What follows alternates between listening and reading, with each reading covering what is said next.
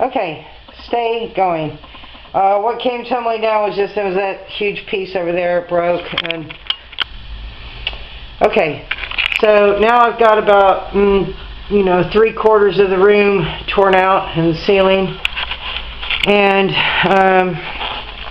I'm filthy, as you can see. It's quite dirty work. And all around on the floor, but like I said, I'm just going to go ahead and do it all today, so I only have to clean this mess up once. And then we'll go back, and all those little white dots you see up there are like screws or nails. The original, probably nails, back when they used to use nails for sheetrock. Now they use screws, so I'll have to go through and pull all those out. I quite like that shiplap ceiling. It looks pretty rustic.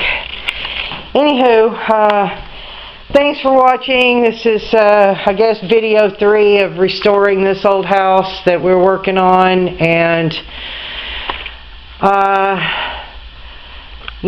it's hard to do the work and be behind the camera at the same time. So I will check out the video before I post it and maybe make some editing, because I don't know what you could see when I was up on the ladder. I had the camera sitting on Holly's box of milk bones.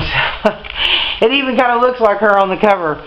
So anyway, I appreciate you all staying with me, even though I haven't made a video in a while. I will try to be more consistent and make some new videos. House, and this is what happens with these old pier and beam houses in this, what they call gumbo soil in Texas. The soil contracts and expands, and the houses shift. And when we had it leveled, in some points we had to raise it 14 inches, which is quite a lot. So when you get that, you get these cracks going on.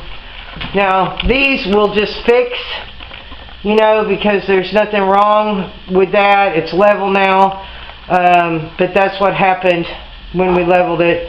And we're going to do in here like we did in the master bedroom, put some wainscoting up and some fabric over the walls, which is a quite nice look in these old Victorian style houses. But anyway, right, you guys take care. I've got this up to keep the dust out of the living room from this coming down the ceiling. Take care. I will make another video, I hope soon. I will try not to let it go so long in the future.